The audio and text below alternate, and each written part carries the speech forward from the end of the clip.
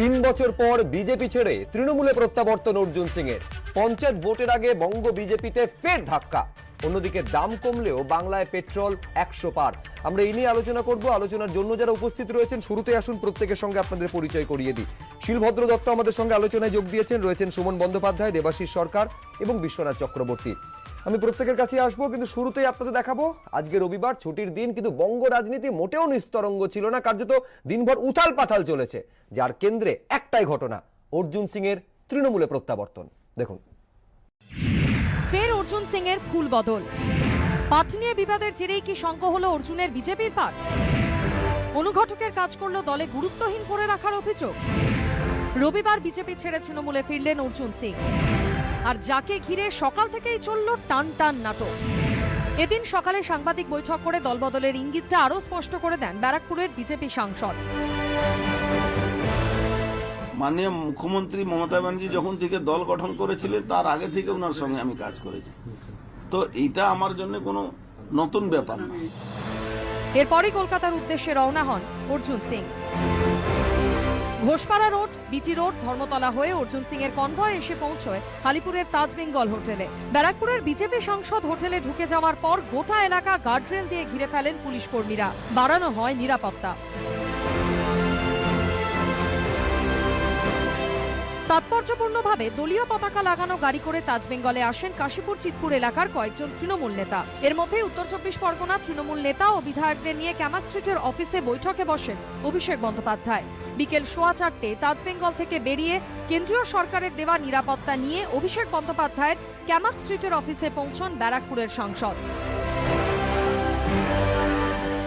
এর ঘণ্টাখানেক পর তৃণমূলের টুইটারে অর্জুন সিং এর যোগদানের ছবি দিয়ে বলা হয়, বিজেপির প্রাক্তন রাজ্য সহসভাপতি ও ব্যারাকপুরের সাংসদ অর্জুন সিংকে আন্তরিকভাবে স্বাগত জানাই। তৃণমূলের সর্বভারতীয় সাধারণ সম্পাদক অভিষেক বন্দ্যোপাধ্যায়ের উপস্থিতিতে দলে যোগ দেন তিনি।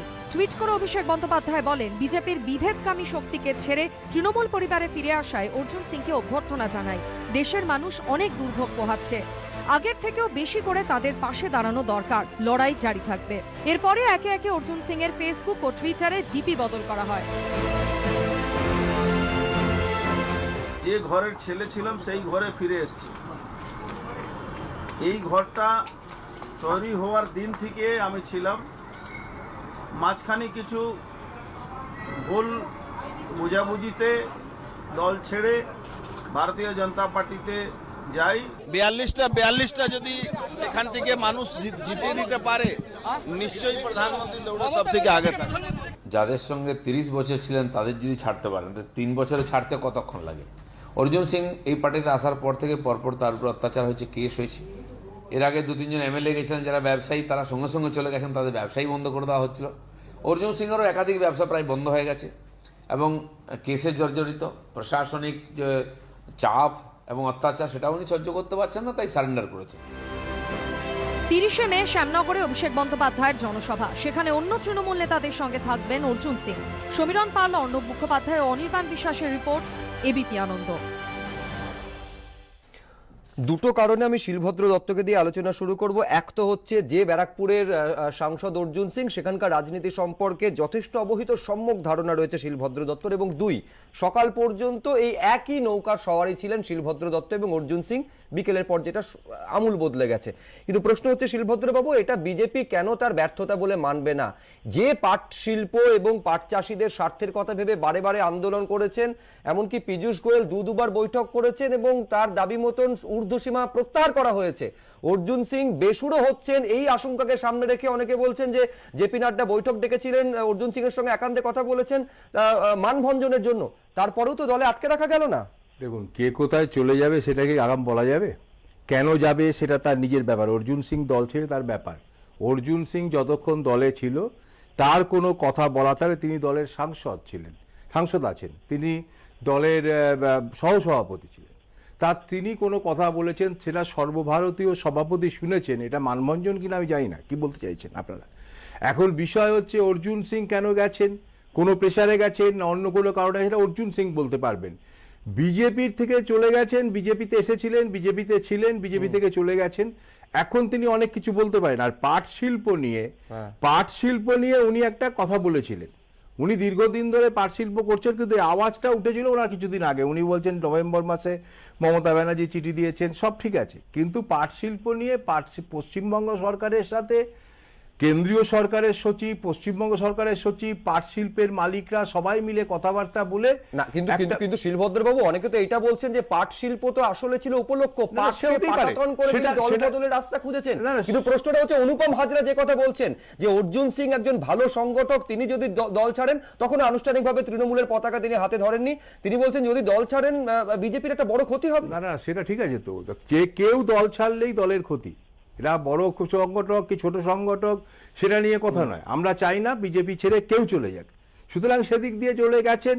কিন্তু যদি চলে যান, তিনি যদি কোনো প্রেসারে, তার উপরে প্রচুর কেস, 140টার উপর কেস হয়েছে বোধহয়, তারপরে অনেক কিছু আছে, সেগুলো নিয়ে যদি চলে যান তার কিছু করার নেই। প্রশাসনিক চাপ যে কথা বলছিলেন একেবারে শিলভদ্র দত্ত, একেবারে চাপ আছে, অন্য কোনো চাপ আছে কিনা জানি না, তিনি চলে গেছেন। এখন দেখুন, একটা কথা বারবার অনেকে বলতে চাইছেন, বা অর্জুন বাবুও বলেছেন যে বিজেপির কিছু নেই, বিজেপির ঘরে বসে করছে না।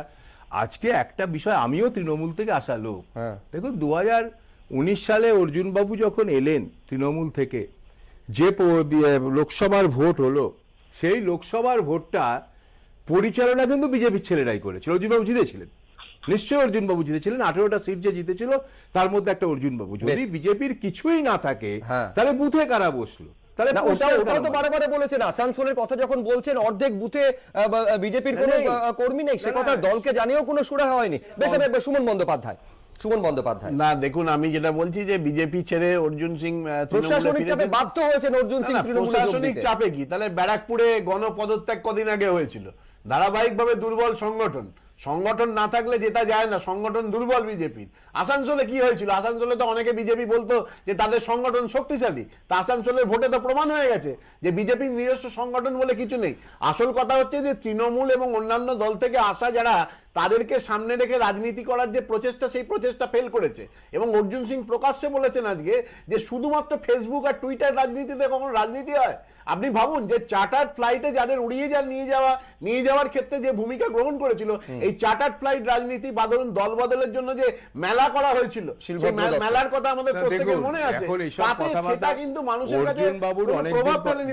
এরা তৃণমূলের লোকেরা কি বলছেন কি সেটা নয় আজকে সেটা বিষয় নয়। বিষয়টা হচ্ছে অর্জুন বাবু এসেছিলেন তখন, অর্জুন বাবু দায়িত্ব পাননি সেটাও নয়। অর্জুন বাবু, এই যে আপনি আসানসোলের ভোট বলছেন, অর্জুন বাবুকে দায়িত্ব দেওয়া হয়েছিল। বালিগঞ্জের ভোট অর্জুন বাবু দায়িত্ব পেয়েছিলেন। আমি তো সেই কারণে আমি এখানে বিশ্বনাথ চক্রবর্তীর কাছে আসবো। বিশ্বনাথ, আমি একটা তারিখের কথা উল্লেখ করছি আপনাকে, তারিখটা হচ্ছে 19/2/2022। অর্জুন সিং বলছেন যে 121টা মামলা হওয়ার পরেও কতবার বলেছি আমি তৃণমূলে যাব না। এখন আজকে তিনি তৃণমূলে যোগ দিয়েছেন, মমতা বন্দ্যোপাধ্যায়ের প্রশস্তি তার গলায় শোনা যাচ্ছে, অভিষেক বন্দ্যোপাধ্যায়ের হাত থেকে দলীয় উত্তরীয় গলায় পড়ছেন। এটাকে আপনি কিভাবে দেখবেন? এটাকে আপনি কি এইভাবে দেখবেন যে রাজনীতির সম্ভাবনার শিল্প তারই একটা অংশ হচ্ছে এই দলবদল, নাকি এভাবে দেখবেন যে দলবদলের কারণে রাজনীতি ক্রমশ নীতিহারা হচ্ছে এবং রাজনৈতিক নেতারা তাদের বক্তব্য এবং তাদের যে বিশ্বাসযোগ্যতা পাশে একটা বড়সড় প্রশ্ন চিহ্ন পড়ে যাচ্ছে? সুব্রজিৎ, আমি তোমার স্টুডিওতে আমি চাইবো যে আমার দীর্ঘ অভিজ্ঞতার নিরিখে অর্জুন সিংয়ের দল বদলটা কিন্তু একটা বিরাট রাজনীতির ইম্প্যাক্ট আছে, তার ব্যাখ্যা বিশ্লেষণ আছে। আমি আগামী দিনে চাইবো ব্যাখ্যা বিশ্লেষণ দিতে, এই সময় আজকে নেই। আমি আজকে শুধু বলবো যে ধরো অর্জুন সিং যখন দল বদল করলো, তার মতন অন্যরাও দল বদল করলো, তখন পার্থভৌমিক থেকে মমতা বন্দ্যোপাধ্যায়, জ্যোতিপ্রিয় মল্লিক থেকে অভিষেক বন্দ্যোপাধ্যায় একে দাঙ্গাবাজ বলেছে, একে বলেছে যে এরা তোলাবাজের লোক। গুন্ডা শব্দটা স্বয়ং মুখ্যমন্ত্রী একাধিকবার বলেছেন। তাহলে তৃণমূল কংগ্রেস এই গুন্ডা দিয়ে ভরছে কেন? এই গুন্ডাদের কেন এত প্রয়োজন হচ্ছে? কি রাজনৈতিক বাধ্যবাধকতার জন্য তৃণমূল কংগ্রেসকে এত ব্যাপক 213টা আসন পাওয়ার পরেও গুন্ডাদের দিয়ে পার্টিকে ভরিয়ে দিতে হচ্ছে, দাঙ্গাবাজদের দিয়ে পার্টি ভরিয়ে দিতে হচ্ছে? কোন রাজনৈতিক সংস্কৃতিটা তৃণমূল কংগ্রেস এবং বিজেপি দুটো দল মিলে করছে? কোন রাজনৈতিক সংস্কৃতি করছে? এই রাজনৈতিক সংস্কৃতি কি সত্যি বাঙালি দেখে অভ্যস্ত ছিল? মানে এই যাদেরকে আমি সেদিন পর্যন্ত গুন্ডা বললাম, দাঙ্গাবাজ বললাম, তাকেই আমি দলের মধ্যে নিয়ে পতাকা ধরিয়ে দিচ্ছি। সুমন বন্দ্যোপাধ্যায় দেখেও বোধহয় চোখ বন্ধ করে রয়েছেন। 2021-এর নির্বাচন, তখন তো অর্জুন বাবু তৃণমূলে ছিলেন না, তাহলে সেখানে অর্জুন বাবুর যে লোকসভা কেন্দ্রের এগেনস্টে যে 7টা বিধানসভা ক্ষেত্র, তার 6টা কেন্দ্রে তিনি পরাজিত হয়েছিলেন, বিজেপি পরাজিত হয়েছিল, তৃণমূল জয়লাভ করেছিল। যথার্থ বলেছেন। আমার এখানে একটা কথা ঠিকই বলেছেন যে 7টার মধ্যে 6টাতে তৃণমূল জিতেছে। শুনুন না, এইখানেই তো প্রশ্ন, ওই যে 6টা বিধানসভায় তৃণমূল জয়লাভ করেছে, যে তৃণমূল কংগ্রেসের কর্মীরা বিজেপির বিরুদ্ধে নির্দিষ্টভাবে বলতে গেলে অর্জুন সিং এর বিরুদ্ধে লড়াই করে তাদের বিজেপির হাতে আক্রান্ত হয়ে মাটি কামড়ে পড়ে থেকে যারা তৃণমূলের প্রার্থীদের জয় নিশ্চিত করেছেন, তারা অর্জুন সিংকে আজকে মেনে নেবেন তো? আমি বলছি অসন্তোষের মুখে দলকে পড়তে হবে না তো? দল বুঝবে সেটা, দল সিদ্ধান্ত নিয়েছে, দলের দায়িত্ব সেটা। দলের বাইরে দলে কোন আজকে রাজনীতি- উত্তর 24 কোন পরগনার রাজনীতি গুরুত্বপূর্ণ সংস্কৃতি নেতারা তারা দল উপস্থিত ছিলেন, কোন দায়িত্বটা রাজনীতি তাদের। সংস্কৃতি দল সেটা নিয়ে দিচ্ছ? সংবাদ মানে মাধ্যমে রাজনীতির মাথা পরিবেশটা ঘামানোর গুন্ডাদের প্রয়োজন নেই। গুন্ডাদেরকে কিন্তু ধরাচ্ছ। কথা যেটা, রাজনীতিটাকে না, না, তোমরা না, কেন সংবাদ বানিয়ে মাধ্যমে নিচ্ছ? মাথা ঘামানোর প্রয়োজন নয়। যেখানে যেখানে ঘটনা ঘটবে, যে ঘটনা সাধারণ মানুষের কাছে তুলে ধরা দরকার, অবশ্যই সংবাদ মাধ্যমে নৈতিক কর্তব্য, একেবারে হচ্ছে দায়িত্ব সংবাদ মাধ্যমে সেটা তুলে ধরা। এখানে এখানে কোন রাজনৈতিক দল কি বললো তাতে কাদের শিরোপীড়ার কারণ হলো, এটা সংবাদ মাধ্যম দেখবে না, এবিপি আনন্দ তো দেখবেই না। দেখবে শুধু সাধারণ মানুষের যেখানে প্রয়োজন রয়েছে সেই খবর রাজনীতির চোখ রাঙানিকে উপেক্ষা করে সাধারণ মানুষের কাছে তুলে ধরবে। আমি আমি আমি অবশ্যই শিলভদ্র দত্ত এবং দেবাশিস সরকারের কাছে আসবো, কিন্তু রাজনৈতিক চাপানুতর এই দলবদলকে কেন্দ্র করে কোন জায়গায় পৌঁছেছে আপনাদের সামনে রাখবো। ইঙ্গিত মিলেছিল সকালে, তারপর দিনভর চলল বড়তে বড়তে নাটক। অবশেষে বিজেপির অর্জুন ফিরলেন তৃণমূলে। তবে দলবদলের এই জল্পনা চলছিল কয়েকদিন ধরেই। সম্প্রতি কাঁচা পাটের দামের ঊর্ধ্বসীমা বেঁধে দেওয়া নিয়ে মোদী সরকারের সঙ্গে কার্যত সংঘাতে জড়ান বিজেপি সাংসদ অর্জুন সিং। এই নিয়ে হস্তক্ষেপ চেয়ে মমতা বন্দ্যোপাধ্যায় সহ 4 রাজ্যের মুখ্যমন্ত্রীকে চিঠিও দেন। বিতর্ক বাড়তে থাকায় ব্যারাকপুরের সাংসদের সঙ্গে বৈঠক করেন খোদ কেন্দ্রীয় বস্ত্রমন্ত্রী পীযূষ গোয়েল ও কেন্দ্রীয় বস্ত্র সচিব। কেন্দ্রীয় বস্ত্রমন্ত্রী ও বস্ত্র সচিবের সঙ্গে বৈঠকের পরও সুর নরম করেননি অর্জুন সিং। আন্দোলনের মতন চলবে, যতক্ষণ পাই না ততক্ষণ আন্দোলন। এইসব ললিপপ নিয়ে আমি রাজনীতি করি না। এরপর আরো এক দফা পীযূষ গোয়েলের সঙ্গে বৈঠক করেন তিনি, কিন্তু তাতেও বরফ গলেনি। অবশেষে অর্জুন সিং এর সঙ্গে বৈঠক করেন বিজেপির সর্বভারতীয় সভাপতি জেপি নাড্ডা। এরপরই কাঁচা পাটের দামের ঊর্ধ্বসীমা প্রত্যাহার করে নেয় কেন্দ্রীয় সরকার। কিন্তু তারপরও সুর নরম তো দূরের কথা, উল্টে কখনো তার বাড়ির পাশে এনআইএ তদন্ত নিয়ে অসন্তোষ প্রকাশ। খুশি কি এনআইএ তদন্তে? না, তদন্তে যদি আসামি না ধরা পড়লে কি করে খুশি হবে কে? সংগঠনে তার ভূমিকা নিয়েও সরব হন ব্যারাকপুরের সাংসদ। আপনি আমার চেয়ার আমাকে দিলেন, কলম দিলেন, কলমে সিয়াই নেই, দিলেন না, কালি নেই, তো এই চেয়ার আর কলম দিয়ে লাভটা কি আছে? তো ঢাল নেই, তলোয়ার নেই, নিধিরাম সরকার। অবশেষে রবিবার ফের পুরনো দলে ফিরলেন অর্জুন সিং। পশ্চিমবাংলা সরকারের বিশেষ মুখ্যমন্ত্রী আমাদের মাননীয় মমতা ব্যানার্জি যদি এই লড়াইটাকে এগিয়ে নিয়ে না যান, তাহলে আরও যে 75% পাওনার ব্যাপার আছে সেটা থেকে বঞ্চিত হব। তাতে বাংলার ব্যাপক ক্ষতি হবে। ভারতীয় জনতা পার্টি যেখানে সাংগঠনিক ব্যবস্থার মধ্যেও ছিলাম, কিন্তু সংগঠনটা শুধু ফেসবুকে সংগঠন করে বাংলায় রাজনীতি করা যায় না, মানুষের সঙ্গে থাকতে হয়। বাংলার উন্নয়নকে রাজনৈতিক স্বার্থের জন্য কিছু মানুষ আটকে দেওয়ার চেষ্টা করছিলেন। এ নিয়ে বিজেপি কোনো উৎসাহী নয়। বিজেপি একটি বহমানতা। কেউ যদি বিজেপির প্রতীকে নির্বাচিত হয়ে দল ছেড়ে চলে যায়, তাহলে বিজেপি কিন্তু এসে যায় না। দুবারের জন্য একক শক্তিতে ম্যাজিক ফিগার পার করেছে। কারোর দয়া নয়, আত্মসমর্পণ করে নয়, কোনো ব্যক্তির ওপর নির্ভর করে নয়। এদিন আনুষ্ঠানিকভাবে অর্জুন সিং এর তৃণমূলে যোগের আগেই জগদ্দলে তার বাড়ির সামনে বিজেপির পতাকা খুলে তৃণমূলের পতাকা লাগিয়ে দেন সমর্থকরা। সমীরণ পাল, রঞ্জিত হালদার ও রাজীব চৌধুরীর রিপোর্ট, এবিপি আনন্দ। আপনি খেয়াল করবেন যে এই যখন পাট শিল্পের প্রসঙ্গ, পাট চাষিদের স্বার্থের কথা বলছেন অর্জুন সিং, ঠিক তখন থেকে বেসুরো শোনানো এবং তৃণমূলের সঙ্গে দূরত্ব কম হতে শুরু করা, এইটা সামনে এসেছে। এইবারে আপনার কি মনে হয় যে এই দল বদলে সত্যি পাট শিল্প এবং পাট চাষিদের সত্যি উপকার হবে, এবং ব্যারাকপুর শিল্পাঞ্চল যেখানে হিংসা কার্যত প্রতিদিন দেখা যাচ্ছে, সেই ছবিটা বদলাবে তো? দেখুন, এই সমস্ত ঘটনার সাথে পাট শিল্প তার কি করে রিভাইভাল হবে এগুলো কিছুই সম্পর্কিত না। বলার জন্য বলছি, আমি এই বিতর্কের মধ্যে যাবই না, এটাকে অ্যাড্রেসই করব না। তার কারণ এটা হচ্ছে একটা রাজনীতির চর্চা, একটা রাজনীতির ঘরানা।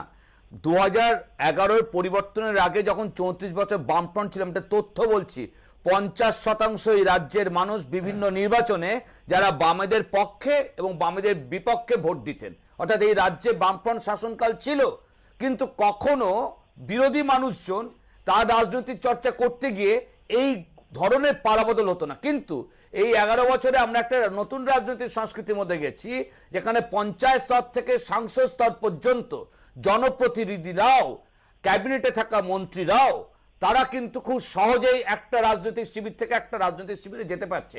এটা আলাদা আলোচনা, বিশ্বনাথদা বলেছে একদম তাই, এটা একটা আলাদা পলিটিক্যাল ডিসকোর্স, এবং এই ডিসকোর্সটাকে তুমি ভালো বলতে পারো, মন্দ বলতে পারো। আমি ভালো বললাম কি মন্দ বললাম এটা কিছু আসে যায় না, রাজ্যের মানুষ এটা দেখছে, এবং এটা বললেই তুমি বলবে এই তো জিতে জিতে বেরিয়ে আসছি। ভাই 5 বছর 10 বছর দিয়ে একটা সময়কালকে কখনো মাপা যায় না। এটাও আমাদের রাজ্যের একটা অভিজ্ঞতা, এটাও রাজ্যের আমাদের মানুষের একটা অভিজ্ঞতা, মানে গণতন্ত্র চর্চার একটা অভিজ্ঞতা। এই রাজ্যের মানুষজনই তো ওই ব্যারাকপুরে অর্জুন বাবুকে ভোট দিয়েছিলেন, বিজেপিকে করতে গিয়ে উনার পকেট থেকে মোবাইল ফোন পড়ে যেতে দেখেছিলাম, তোমাদের স্টুডিওতে ছিলাম ভোটের দিন। সেই মানুষ বারবার বলা হয়েছিল তৃণমূল সন্ত্রাস করছে, ভেঙে দিচ্ছে, কিন্তু এই জায়গাটা না আমি বলছি তুমি দীর্ঘ 34 বছরের একটা শাসনকাল থেকে বিচ্ছিন্ন ভাবে কোন ব্যতিক্রমী ইনসিডেন্টকে নিয়ে কারণ আলিমুদ্দিন স্ট্রিটে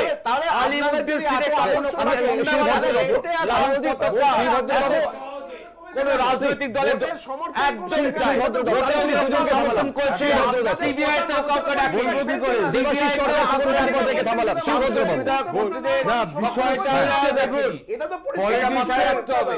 একটা জিনিস পরিষ্কার, পশ্চিমবঙ্গের মানুষ কখনো দেখেনি সন্ধ্যাবেলা এত সহজে কেউ লাল পতাকা চলতে পারে। লাল পতাকা চর্চা রয়েছে, বিজেপির পতাকা ধরা এবং তৃণমূলের পতাকা ধরা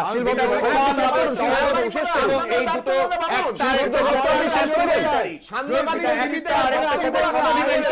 এবং যে কারণে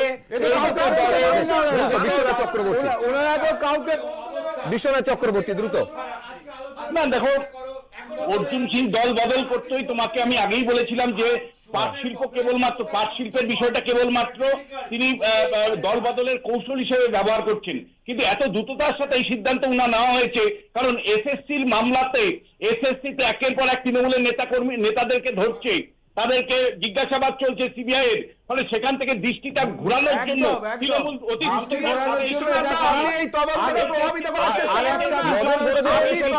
কিন্তু এই দল বদলকে কেন্দ্র করে রাজ্য রাজনীতিতে শোরগোল একেবারে সপ্তমে গিয়ে পৌঁছেছে। আমার অনুষ্ঠান একেবারে শেষ করার সময় হয়ে এসেছে, প্রত্যেকে অনেক ধন্যবাদ। আমি অনুষ্ঠান শেষ করবো, শুধু যেতে যেতে আপনাদের দেখাবো যে গতকালই পেট্রোল ডিজেলে এক্সাইজ ডিউটি কমিয়েছে কেন্দ্র সরকার, এবং তারপর কয়েকটি রাজ্য সেই পথে হেঁটে ভ্যাটও কমিয়েছে, কিন্তু এই রাজ্য এখনো পর্যন্ত সেই পথে হাঁটেনি, জানিয়ে রাজনৈতিক তরজা একেবারে সপ্তমে পৌঁছেছে। অনুষ্ঠান শেষ করতে করতে এই প্রতিবেদন আপনাদের সামনে। যদি আপনারা আমাদের পোর্শনের ভর্তুকি মানে টাকা কমাতে বলেন, যে আমরা শেষ পাই বা আমরা যা তেলের থেকে টাকা পাই সেটা যদি কমাতে বলেন আপনারা, তাহলে আমাদের প্রাপ্য টাকাটা আগে দিয়ে দিন। ইনারা কিন্তু পুরনো গানটাই গিয়ে যাচ্ছেন নাকি কেন্দ্র টাকা দিলে কমাবে, তো আপনার কিসের পরের ধরনের পদ্মানি করার অভ্যাস? শনিবারে প্রতি লিটার পেট্রোলে 8 টাকা এবং ডিজেলে 6 টাকা করে শুল্ক কমানোর সিদ্ধান্ত ঘোষণা করে কেন্দ্র। ফলে প্রতি লিটার পেট্রোলে 9.5 টাকা এবং ডিজেলে 7 টাকা দাম কমেছে বলে দাবি করেন কেন্দ্রীয় অর্থমন্ত্রী। আর এরপরেই শুরু হয়েছে রাজনৈতিক চর্চা। শনিবারের ঘোষণার পরই পেট্রোলিয়াম মন্ত্রী হরদীপ সিং পুরী টুইটে কটাক্ষ করে বলেন, আমি এই সত্যটি তুলে ধরতে চাই যে কেন্দ্র দ্বিতীয়বার শুল্ক কমালেও মহারাষ্ট্র, রাজস্থান, পশ্চিমবঙ্গ, তামিলনাড়ু, অন্ধ্রপ্রদেশ, ঝাড়খণ্ড এবং কেরলের মতো রাজ্যগুলিতে পেট্রোল ও ডিজেলের দাম বিজেপি শাসিত রাজ্যগুলির তুলনায় 10 থেকে 15 টাকা বেশি। পাল্টা গত 2 বছরে পেট্রোলের দাম তুলে ধরে টুইটারে মোদী সরকারকে নিশানা করেছেন রাহুল গান্ধী। তিনি লেখেন, 2020 পয়লা মে লিটার প্রতি পেট্রোলের দাম ছিল 69.5 টাকা, গত পয়লা মার্চ ছিল 95 টাকা 40 পয়সা, পয়লা মে ছিল 105 টাকা 40 পয়সা, আর 22 মে দাম কমে দাঁড়িয়েছে 96 টাকা 70 পয়সা। এবার মনে হচ্ছে আবার আগের মতো প্রতি লিটার পেট্রোলের দামের রোজ 30 থেকে 80 পয়সা করে বিকাশ হবে। কেন্দ্র জনগণকে বোকা বানানো বন্ধ করুক, সাধারণ মানুষ রেকর্ড মূল্য বৃদ্ধি থেকে প্রকৃতভাবে স্বস্তি পাক। মোদী সরকার যখন দাম বাড়াচ্ছে, দিদির সরকারও টাকা পাচ্ছে, আর মোদী সরকার দাম কমাচ্ছে, দিদি কমাচ্ছে না, মানে এটা নয় যে মোদী সরকার বিরাট কোনো জনসেবা করেছে। কেন্দ্রের সরকারের মূল রোজগার এক্সাইজ ডিউটি ছাড়াও সারচার্জ এবং সেস তারা চাপিয়ে রেখেছে, যেটার কখনো ভাগাভাগি হয় না, সেটা সম্পূর্ণ কেন্দ্রের অধীন। যদিও কেন্দ্রের ঘোষণার পর শনিবারই বাম শাসিত কেরল এবং কংগ্রেস শাসিত রাজস্থান পেট্রোল ডিজেলে ভ্যাট কমিয়েছে। রবিবার ভ্যাট কমানোর সিদ্ধান্ত নিয়েছে বিজেপি বিরোধী শাসিত মহারাষ্ট্র। যদিও মমতা বন্দ্যোপাধ্যায়ের পশ্চিমবঙ্গ সরকার এখনো তেমন কোনো সিদ্ধান্ত নেয়নি।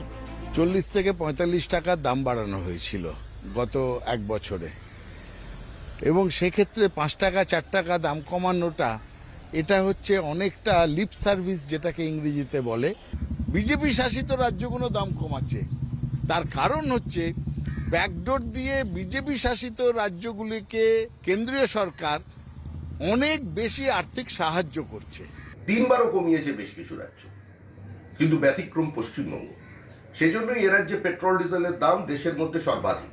আসলে তাদের রাজনীতি শুধু রাজনীতির জন্য, বিরোধিতার জন্য, মানুষের জন্য নয়। মানুষের পাশে তৃণমূল কংগ্রেস নেই। কেন্দ্র যেটা বাড়তি করেছে মোদির আমলে পুরোটাই কমাতে হবে, রাজ্য যেটা বাড়তি করেছে সেটাকেও ছাড় দিতে হবে। এই কোনো কিছু করবো না, খালি ভাষণবাজি করব, মানুষের উপরে সব বোঝা চাপিয়ে দেব, অন্য কথা বলে এড়িয়ে যাব, খেলামেলা উৎসব চলবে আর মানুষের উপরে লুট চলবে, দিল্লি হোক রাজ্য হোক, এটা কখনো মেনে নেওয়া যায় না। পেট্রোপণ্যের দাম কমাতে কেন্দ্রের এই উদ্যোগকে যথেষ্ট নয় বলেই মনে করছে বিরোধীরা। রবিবার ভবানীপুরের যোগুবাবুর বাজারে কংগ্রেস ও দুর্গাপুরে বিক্ষোভ দেখায় তৃণমূল। দীপক ঘোষ, অরিত্রিক ভট্টাচার্য ও রাজীব চৌধুরীর রিপোর্ট, এবিপি আনন্দ।